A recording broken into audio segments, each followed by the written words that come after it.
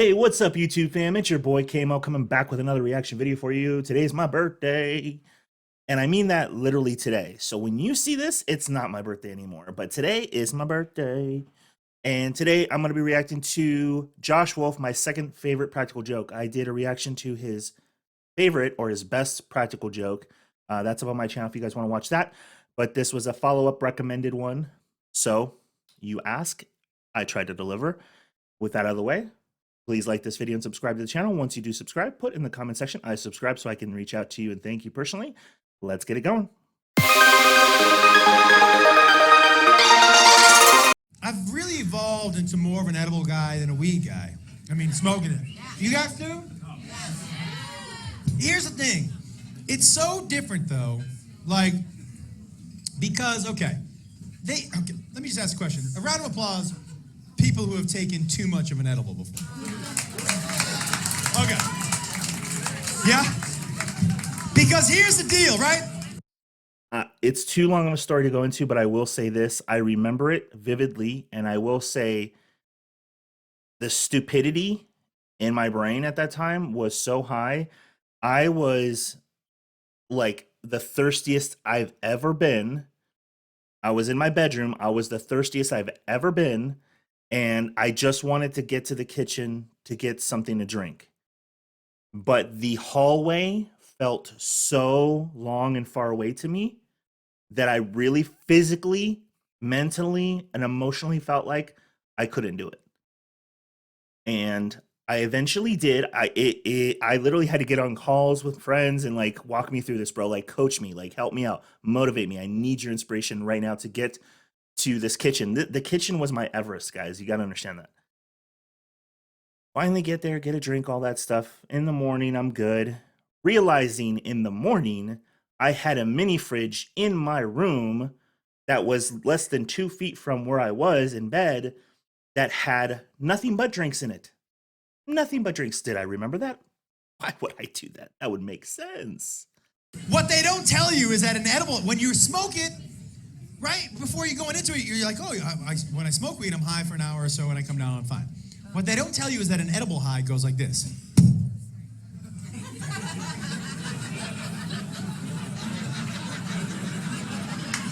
And you don't quite know where the peak of it is. You're kind of like, am I there yet? I don't think I'm there yet. Is this ride almost over? So if after an hour of eating an edible, you think to yourself, man, I'm as high as I want to be, you are fucked. You don't? 100%. You got a little extra time on that ride. A lot of extra time. I remember the first time I took an edible, 3 hours in, I was like, I'm ready to get off the ride now.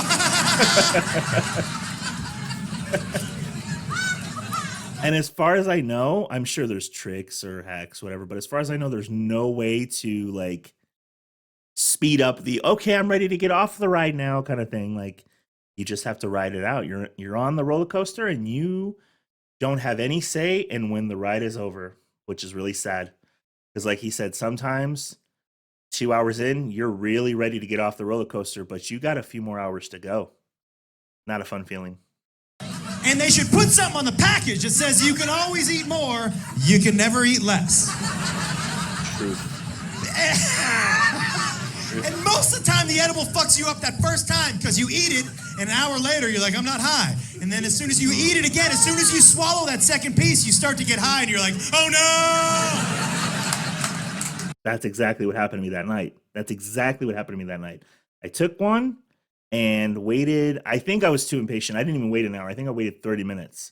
And then I was like, nah, I'm not feeling it. And doubled it. And that was a mistake. Fuck you up.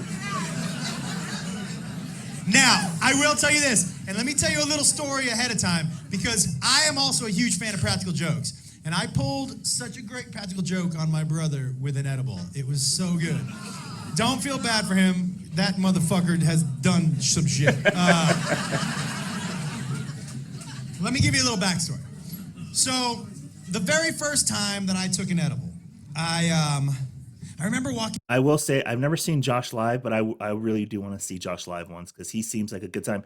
And I think I even saw somewhere that, and this is just a heads up for anybody that ever has an opportunity to see him live, that if you see him on I believe he says always the last show, like if because usually a lot of times comedians when they perform on Fridays and Saturdays, usually it's like 2 shows a night. Sometimes it's three. Like if you're Joe Coy, I think you're doing like 3 shows a night. But for most comedians, it's 2 shows a night, usually like an 8 o'clock and 10 o'clock or 7 and 9, something like that. And he said, I saw him say in an interview once, either it's the last show of the Friday night or last show of the Saturday night. He always does like a special thing, like where he kind of, it's kind of like a Q&A with the audience, but it's also like a special request. And he'll play games, or not games, but like he'll play his guitar. It's in the shot right there. He'll play his guitar, and then he'll like have people come up on stage to have a chance to win money, I think. Or no, it's not to win money. I'm sorry.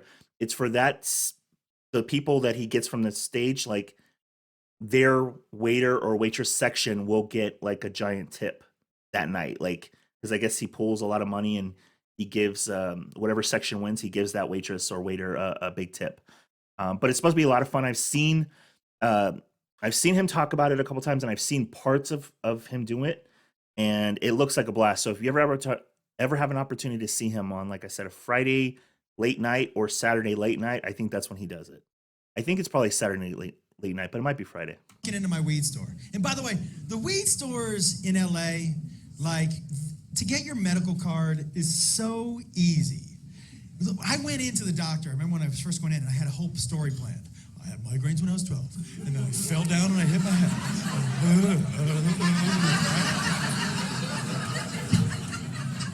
So I walk into the doctor's office, and there's a poster on the wall that says, if you suffer from any of these, you can have your rec. It was a fucking cheat sheet, right? So I'm like, well, I don't need a story. I go, I'm just gonna memorize the first one. It's alphabetical, I'm gonna memorize the first one. You ever do this when you memorize something, by the way, where you're like, got it. What was that? Yeah. 100%. Half a second, and you're back. Like, I don't fucking remember what that was. Yeah. So I memorized the first one, and I'm like, okay, got it. Guy calls me in, and I sit down there. He goes, Mr. Wolf, what seems to be ailing you where you feel like you need medical marijuana? And I just blanked. But I remembered it was the first one, so I was like,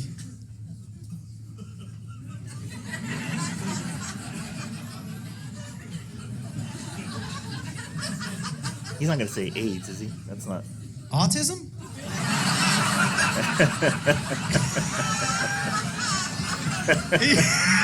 You should have seen him. He was like, Try again, buddy. Try again. Did you mean anxiety? Sure you don't mean anxiety? he said, do you mean anxiety? I go, that's it, anxiety. Super anxious that I'm going to get autism. Can you just give me the fucking card? It's also funny, like, well, so I'm at my weed store. And the guy who I always buy from, the guy who owns the place, he goes, you're not an edible guy, huh? I go, no, I haven't tried one. And he was like, you want to try one? I said, sure. And he goes, what do you like to eat? And I said, well, for sweets, I like baked goods and stuff. And he said, well, we actually made some blueberry muffins fresh today. And I was like, well, fucking look at you, okay. Never done You got yourself a little bakery in the back, buddy? That's nice. So he brings me out a blueberry muffin, and he hands it to me, and he goes, here you go. Now, at my weed store, they have a place where they want you to they smoke responsibly. They want you to get high in a second room. And the room has a pool table. It's got a big screen TV. It's got PlayStation. It's got Xbox. It's got an Apple TV. And what I used to do is I'd get a joint and I'd smoke it. I'd be high for an hour. I'd come down and I'd drive home. So I thought, well, that's what's going to happen after I eat my edible. Right? So as I'm eating the muffin, and it was delicious. You know, the edibles are good now. And you ever eat something that's so good, there's one crumb left, and you're like, well, I am eating that. I put the last crumb in my mouth. And right when I put it in my mouth, the dude who gave it to me walks in and he goes, you didn't eat that whole fucking muffin, did you? Why wouldn't he say something to me?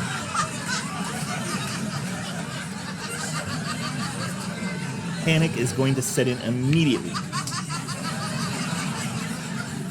And he goes, well, you got to get the fuck out of here. I go, what? Why? He goes, well, you're about to freak out for real. I can't have that here. You got to go home. And I go, you didn't tell me not to eat the whole muffin. He goes, I didn't tell you to eat the whole muffin either, did I? And I go, what's about to happen? And he goes, you are in for an uncomfortable 8 hours. 8 hours. Look, those of us who've done drugs, well, you know, your mindset going in is really important, right? And fear is not your fucking friend, okay? So I'm already spiraling the drain. I'm not even high yet. I'm like, what's gonna happen to me? Right? And dude goes, how far do you live from here? I go, oh, like 20 minutes. And he goes, you might make it. Saying all the wrong stuff to me. You're not helping. I try to walk out of there on my way out. He goes, who's at your house? I go, my kids. He goes, I wouldn't fucking talk to them. I go, all right. Don't talk to anybody. Don't talk to anybody. Oh, man. So I go home, I go to sleep, I wake up high. Now, I hate waking up high. Yeah. I hate waking up high, and I'll tell you why. Because, look, when I go to sleep, I'm basically saying, whatever's happening right now, I'm pretty much done with. Yeah. If I wanted to stay high, I'd fucking stay awake. Pretty much done. And I'd like to wake up with a clean slate, please. That's the reset button. So when I wake up high, I'm like, fuck you. So I called the dude who gave me the edible. I was mad. I go, hey, man. Like, you ought to let somebody know when you give them tomorrow weed. It's tomorrow, motherfucker.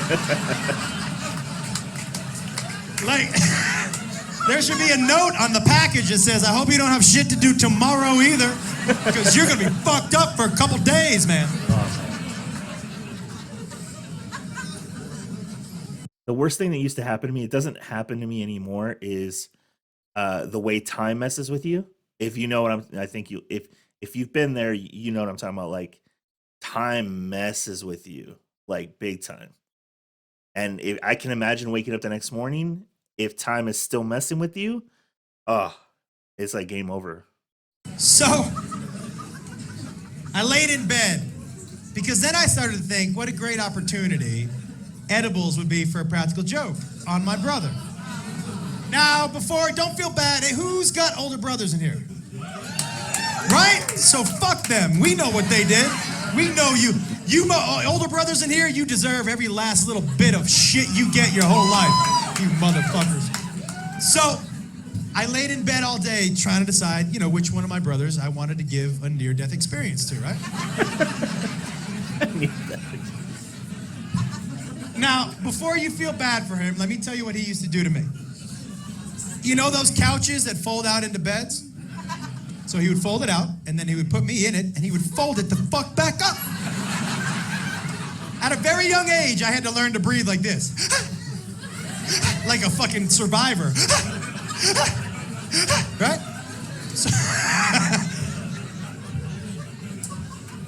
So I was like, I'm gonna get this dude. I call him on the phone. I'm like, hey man, do you want to come over and get high? And he was like, yeah. I go, great, I'm gonna roll you a joint. You're not ready for the edibles that I have. Now look, anybody who knows, when you tell your brother, your older brother, he can't do something. So when I told him you're not ready for edibles, I was basically standing on the edge of the dock like this.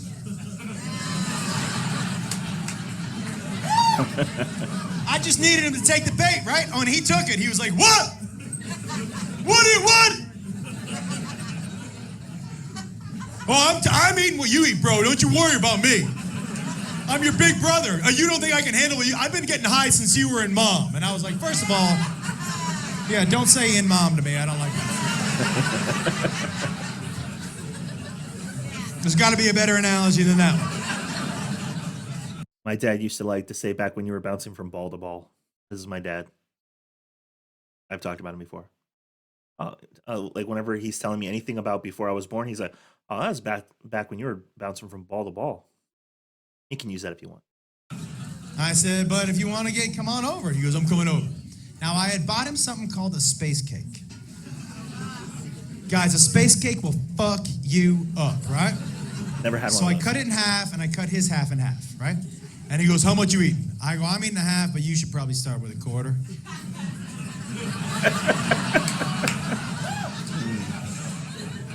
What? Well,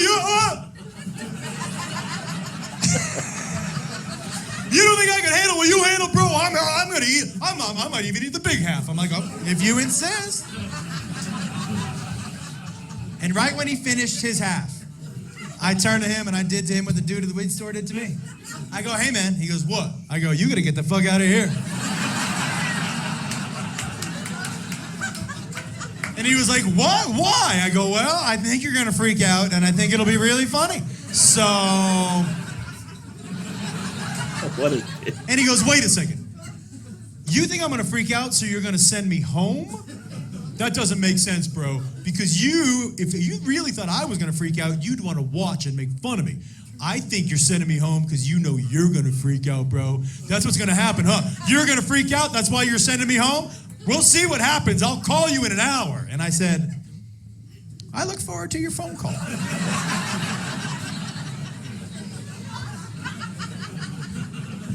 An hour and a half later, he sent me a text.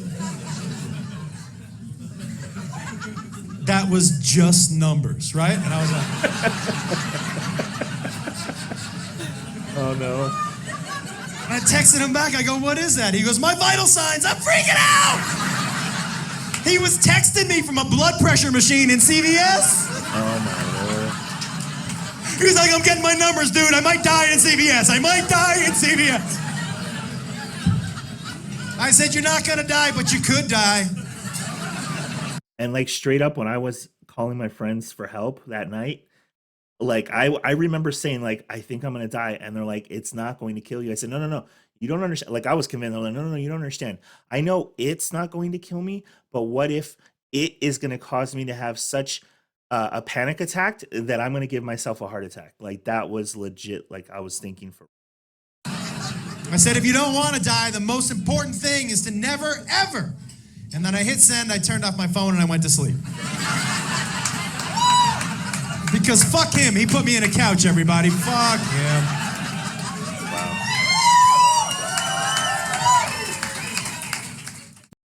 Okay, guys, well, that was Josh Wolf, my second favorite practical joke.